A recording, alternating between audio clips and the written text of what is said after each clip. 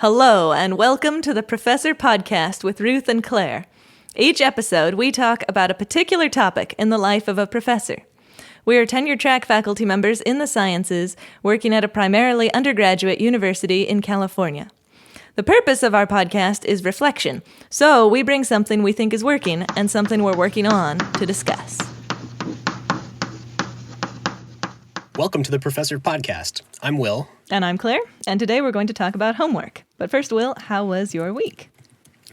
My week's been good. So this is our fourth week of instruction, and so I'm feeling back into the routine, and just back into the routine enough that I'm all of a sudden feeling a little behind on my grading. It went from like, oh, it's still early, I don't need to get that done, to like, oh my gosh, I have like 2.5 labs I haven't graded yet. So that's what I've been doing. Totally. Oh, I know what you mean. I feel very similarly about that. That's funny. How's your week? My week's been good. One thing that's been happening for me was I just earlier this semester helped co-organize an event where we were helping, we were kind of promoting the graduate research fellowship program that grad students can apply for. NSF one? Exactly, right. Exactly. And so now, just this week, a bunch of students have been emailing me, the students that I don't even know, emailing me saying, hey, will you look at my personal statement or something like that? And cool. That's been kind of fun to see what they're doing. And it really feels like something I can do that's like directly helpful, you know? Definitely. Is that just in your department? Well, we did it like through the college. We invited anybody who wanted to come. Like Sponsored Programs was also organized it. Right. But so yeah, it's other people in other departments are emailing me about it. Yeah. Cool. Sounds useful for the students.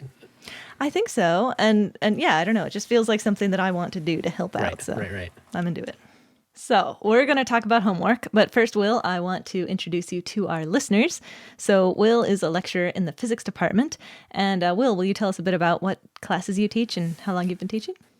Yeah, so I've taught for about six and some years now. And I've taught a variety of classes. Usually, I mean, it's always kind of been a mix of lower level and upper level. Mm-hmm. I have taught in a few different departments. I've taught some chem labs. Cool. But yeah, mostly my biggest classes that I've taught are intro physics for non-majors. Mm-hmm. So algebra based, no calculus allowed. and then intro electronics I've taught also maybe a half dozen times or something like that. And the intro classes, how big are those generally? Yeah, they vary from maybe 60 to 120 students. That's kind of the biggest and smallest I've had, I think. Cool. And electronics and electronics has smaller, been, that's 20 to 30 usually. Cool. Yeah. All right. So you have a quote for us, I think? I do, yeah. So this is a quote from a novel called Dracula that was recommended to me by a friend some time ago. And this is from Professor Van Helsing, who's telling this to one of his students. He says, "Put down in record even your doubts and surmises. Hereafter it may be of interest to you to see how true you guess. We learn from failure, not from success." He's encouraging note-keeping while they're... well, I don't know if you know Dracula, but there's some vampire unpleasantness that they're trying to figure out. So he's telling him to, pay attention to the details, but also, what you're right and what you're wrong about, I guess. And they're thinking about like what this vampire might be. Are they like jotting down? I think this is earlier in the novel than they've quite put a label on, but yeah. That's cool. What I love that. And you learn so much from failures and so much about anyway, that's really cool. I love that quote. Yeah. So let's see. So we're talking about homework. So let's just start off. What's working for you with homework? What do you do for your homework, first of all, and what aspects of that is really working? Yeah, so the way I've run homework in pretty much all of my classes is weekly assigned problem sets that most semesters get graded by a student grader who's paid by the department. And the problems vary class to class. I usually don't assign problems out of a textbook or don't have a textbook to assign problems out of exactly. Okay. So I've kind of, after, right now, the classes that I'm teaching, I've taught a few semesters. So over those few semesters, I've kind of reached an equilibrium with these problems that I've written or adapted or, edited. So there's kind of, it's been the last few semesters have been the same problems. Cool. So that has worked in that keeps, the workload for me to generate, generate new problem sets or whatever every week. I like not having to do that. I like that the problems they're vetted. I know they're at least a reasonable difficulty and they're, the students are getting what I want to out of them in a way that might not be the case if I was trying out new problems every semester, I guess. Yeah. Mm-hmm. So it sounds like it's a combination of you've kind of figured out what you want to assign, and also you wrote some of those problems, and you've had, times like have you been editing them as students? Oh yeah, the ones that are the most frequent thing that happens is I've written problems that I thought were really clever, and then after 2 semesters of it being like this is too hard, just nobody's getting what I'm getting at in this problem. Then I add hints or I'll split it into like something that was just one part. I'll have part A and B, so now it's like kind of leading them on a little bit. Yeah, exactly. That's cool. That's really interesting. So many people use problems from the book, and so it sounds like you weren't in a position to think about doing that, but I've kind of moved away from that recently too. So I feel like it's really interesting because everything you said is kind of stuff that is working for me too. So I make my own homeworks, and it's relatively new. I made them with some help from students last year, and so this is just the second year that we're testing them, and so we're still they found 3 problems in my homework assignment last week, so we're still second semester. That's still pretty fresh. Yeah. Yeah, exactly. But I really appreciate that I can make it how I want it, and it's exactly the problems I want them to be studying. And it sounds like that's something that's working for you too. Yeah, I mean, if I was using a book that I like the problems out of, I don't have a problem in principle using those problems, but that's just not the that's not how I've done the textbooks for the class. I've ended up using open source free textbook material, and the particular ones I've chosen don't have good problems or any problems. So that's necessitated me figuring out my own stuff, but that's fine. Writing solutions for my own homework is also a useful exercise sometimes, especially when I'm really forcing myself to like show all of the steps, which I do. After they've turned in their homework, I post full solutions, probably. Oh, interesting. Probably like extra. I put more detail into the solutions than I would ever expect them to turn in, just because I want to explain this is why I'm doing this step. This is why I'm doing this step. This is really interesting. So this ties into kind of what I'm working on. So anyway, here's what I do with the homeworks that is working for me. Yeah. I give them lots of problems that I write, or sometimes I have some student assistants help me write, and the idea is that if they have lots of problems of the same type, of exactly the kind that I'm trying to get them to learn, they can kind of build up the skill by doing as many problems as they need to get the confidence. And then I try to make them increase in difficulty, and I let them choose. I give them 20 or 30 problems, but they just have to do 10, so they can choose which 10 to do. Interesting. And so the idea is that if they're really struggling, they can just start with the first 10, Yeah. But if they're like, gosh, I got this, let me just move along to some harder problems, they can. So the idea is they can practice whatever level they're at. And, I think that works sometimes and not other times. A lot of the times it works, but sometimes students just do the first 10 and miss the harder problems, and maybe that doesn't work. But they know that they have them there and they can work on them. Yeah, that's a really neat idea. One of the biggest problems, and one of the things I'm working on, as we'll see in a second, is how to adjust or determine the difficulty of homework problems. And so having it kind of having them decide on the difficulty themselves has obvious benefits and of course obvious drawbacks, I guess, depending on the students and their motivations. Yeah. I think sometimes it works really well. And then the other thing I've been doing with my homeworks is, so I kind of switched to this system from an online homework system, and the online homework was self-grading, and so that was easy for me, but I didn't really like it just because I wanted to be more choosy about exactly what questions I was assigning them, Yeah. and I wanted them to have a whole bunch of them, so I just wanted to write it myself, and I'm sure I could have made that be an online thing. But anyway, so switching from an automatic grading system to one where I had to grade it, because we don't have graders in my department, I was thinking how to grade it easily, and so I just grade them on having done 10 problems. I don't even care about accuracy. Right. I care about them working on. So Right. I just like scroll through their PDF Right. and it's like, okay, they worked on 10 problems, 10 points, you know? Yeah. And the idea with that is it's easy for me, but also at this point, I don't feel like I am assessing them on whether they know it or not. I'm just giving them an opportunity and giving them credit for practicing. Yeah. Yeah, exactly. So I don't really mind that. And I give them the answers, the numerical answers, so they can check if they got it right. Ahead of time, like Ahead of time. Yeah. Mm-hmm. That's another thing that I'm working on is giving them the answers ahead of time. I think a lot of students have requested that for me, and I think that's at least for some of the questions, you know, that's definitely that can be a helpful thing for them. Feedback in the moment while they're working on it. Don't have to wait a week. Mm-hmm. Yeah. So I don't know. That's what I'm doing right now, and I feel like those are the aspects that are working well. Although there's some aspects of it that I'm working on that seem to tie in what you're doing too. So what are you working on?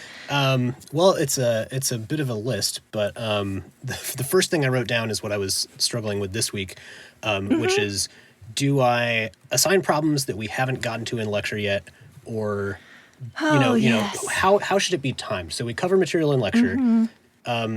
Is the homework for that stuff supposed to be due like a week after that, or is it fair to ask a student to turn in a homework on Friday using stuff that we only talked about on Wednesday? And I've never really had a good answer for that. I always like to post homeworks a week ahead of time so that students have Monday through Sunday to work on it, no matter what their schedule looks like. But of course, then the drawback is that almost necessitates posting questions that we haven't talked about yet. Otherwise, otherwise things are like way behind. Yeah. Yeah. And then how does that work with the exam? If you want to have them have work on the homework before the exam, right? Well, the exam, yeah. Exam's a whole other whole other issue. Right. But so that's one thing I'm working on. Okay, that makes sense. Yeah, I've thought about this too, and I kind of settled on.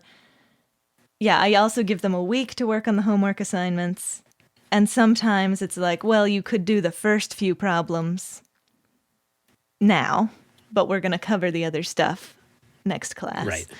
And that's about where I've landed. When I assign the homework, the first half of the homework should be totally completable from that moment. And then the second half of the homework, maybe not. Yeah, I think that works well. And then, if they want to, they can look ahead at the other problems and like start thinking about them. And then when you discuss it in lecture, they're like, oh yeah, this is that kind of problem. Right. Okay, so yeah, what else? You've got some more things? Yeah, so the last thing I'm working on is figuring out where to draw the line for student collaboration. So I explicitly encourage students to work on homework together in the syllabus.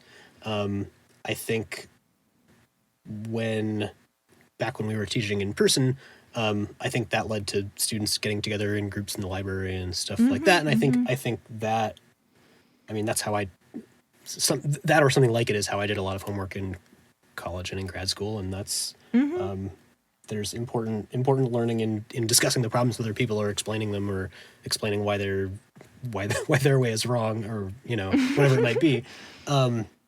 But right now, I know students have created online groups for the purpose of homework and posting, how they did number 6 on the online discussion group. And it's kind of, it's approaching a line that I'm not as comfortable with because it's not, and I can't really, it's hard for me to articulate why, because it was like, well, if these students were meeting in person and they showed another person their solution, like, yeah, I'm more okay with that, but it's something about the one-sidedness of it and the lack of exchange, I guess. Yeah. If somebody says, here's how I did it, and someone has a question, you like talk it through, that does seem a little more interactive with the material than just, oh, here's how someone did number 6. I guess that's how you do number 6. And also a little like, hey, everybody, here is how I did number 6. I'm taping it up on the wall and walking away. Yeah. Right? That's something about that is different than explaining to your friend how you did number 6. And I see. Yeah. Yeah. Oh, I know what you mean. That's so interesting. These online groups probably existed 2 years ago too. Sure. I'm just more tuned into them now, I guess. Yeah, that's interesting. Do you think so? Because I'm not grading for accuracy, I don't even really notice if people have the same work or anything. Right. And also because I'm not grading for accuracy, I think there's probably less incentive for them to do that. Sure. Yeah. But obviously there's merits for having homeworks where you do grade for accuracy, and so I wonder how you could do that. Yeah, I don't know. That's a really interesting problem because obviously the whole point is practice, and so if they're just copying down number 6, that's not practice, and they're not going to benefit from that. Yeah, yeah. So how do you help them do the thing that's going to benefit them the most? I don't know. How do you get them to do the thing that will benefit them the most? That's like, you could put that on a plaque in our offices. Totally. Yeah. Yeah, I don't have a good answer for that one. That's tricky. But I mean, right now, the solution is just, well, I'm going to ignore it. I'm not going to like crack down on this right now, or try to get everybody who's looking at the group on some academic violation or something. It's like, no, that's not. No. That's not quite. And my I think concern. you're right. Yeah. To some extent, it's always been possible, and you can always do the homework more rigorously or less rigorously, and so that's always an option. Yeah. Yeah. So yeah, that makes me feel better about it. So what are you working on? I'm working on, and so I have 2 things that I'm wondering about, and it's interesting because you've already mentioned one of them. So one is, do I post worked out answers after the due date or not? And evidently you do. I don't.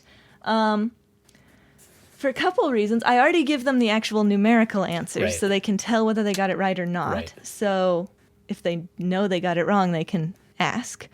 And also, I guess I was kind of worried, and I feel like this is maybe a silly worry that I should stop worrying about, but I'm kind of worried about when the worked out answers are out there, then it's easier to not think about the problem. You're like, oh, I see what I did wrong, okay, done, instead of being like, oh, I'm getting this wrong, I need to figure out what I'm doing wrong, or ask, Yeah. So I don't know, but you've come up to the other answer, so what do you think about the other answer? Maybe it's hinging on the level of introspection you expect from students, or when I'm teaching a big intro class, if students find out they got the answer wrong, I don't think, I don't know, it at the time when I decided to do this, which now has been a few years now, it seems like it would be better to give them, to make sure they have examples of correct work, and like this is what the solution actually should look like. And here's how you work it out fully and get through the problem. And totally, if you want to do more problems on your own, you can use this kind of as a model. That makes sense. But do you think, I feel like it might be a little bit lower division, upper division too. Like if you've got a big lower division class, it seems to me more like you want to be giving them lots of examples of how to work it out. Yeah. And I guess that was really it, because I want them to have some good examples, some good long wordy handwritten examples that are not just like the examples in the textbook. Like there's more depth to it than that. And whether they're using that to guide themselves in future homeworks or do more practice problems for the tests, it's nice to have those to look at, I guess. Yeah, I think that makes sense. And I think it kind of depends on the rest of the class. Like what, I give them a lot of problems in actual lecture that we go through. And so they already have those written out exactly the way I would write them out. So then I feel like they have less need of that in my homeworks. Yeah, I've never been able to do as many examples in lecture as I would like. Although this teaching online with a flipped, flipped lectures makes it so that our online our in-person our synchronous time is pretty much like 80% doing examples now, which is so you have them watch videos, which I think has been great. Yeah, videos That's in advance. Good. Yeah, that's good. So then the other thing I'm wondering about is whether or not to accept late homework, and that's just like right now I don't. It's a strict like when it's due, and it's the way I think about it is the point is the practice, and I'm giving them credit for practicing at the right time. The right time being when we're talking about it, Yeah. and so, of course, if they don't do it in that time frame, I do want them to practice the problems later, but I feel like it's so important that they be doing it along with the class that I just don't even take it late. But I don't know, it feels a little weird. What do you do with late homework? I think I accept late homework, but I like your stance, and that makes a lot of sense to me. And I think it seems like that probably is the right thing to do to get the students best prepared to get them to do it, which is important. I have nominally I have some like 20% off per day late policy. Okay. With some minimum percentage. I mean, some unspecified minimum percentage that I'll still give credit for even a couple weeks out. Okay, that's interesting. And that's because, when a student is a few weeks behind and trying to catch up, as seems like often happens, especially in my intro class, I want them, even if they haven't done the homework yet, like, yes, it's late. Yeah. Yes, the test is next week, but you really should do these homeworks that you missed because they're important. That's the point incentive for doing that. That makes sense. That's interesting. Yeah. And I think if this was not their first physics class, or if this was an upper level class, I think the incentive structure for them could be a little different, where they would appreciate that like doing these problems before the test is going to be good practice, and they don't need to get the points. But it's like, the way it is now, if they're panicking about the test and they haven't turned in homework, it's like, okay, go do those homeworks. Those types of problems are going to be on the exam. So that has been my logic in that makes sense. Yeah. That, yeah, you're helping incentivize doing the thing that will actually prepare them for what they need to do. But that makes sense. I have thought a lot about having a hard homework cutoff. I know none of my students listen to this podcast. I'm a bit of a softie, and I just telling them no, you can't turn this in. Sorry, it's just that would be hard for me. I totally understand. I managed to do it because I feel like if I do it at the beginning of the semester and I stick steadfast to it, then the problems just go away, you know? Then they know that they have to turn it in, and then they do it. You've set their expectations exactly where they need to be. Yeah, totally. But yeah, I know what you mean. Well, thanks so much, Will. This has been really interesting and very helpful to think about. Yeah, thank you. Thanks so much for joining us on the Professor Podcast with Ruth and Claire. We're delighted to have you as a listener, and we would love to hear from you. And if you want to email us, our address is contactprofessorpodcast@gmail.com. We'd love to hear any of your suggestions for future shows, or professor quotes that you might want to share with us, or even just things that have come up for you when you were listening to previous episodes. And if you've been enjoying the podcast, we would love if you would spread the word. So the best way to spread word is by telling people if you think they should listen to it, or you can leave us a review wherever you listen to your podcasts. Thanks so much for joining us, and we'll see you next time.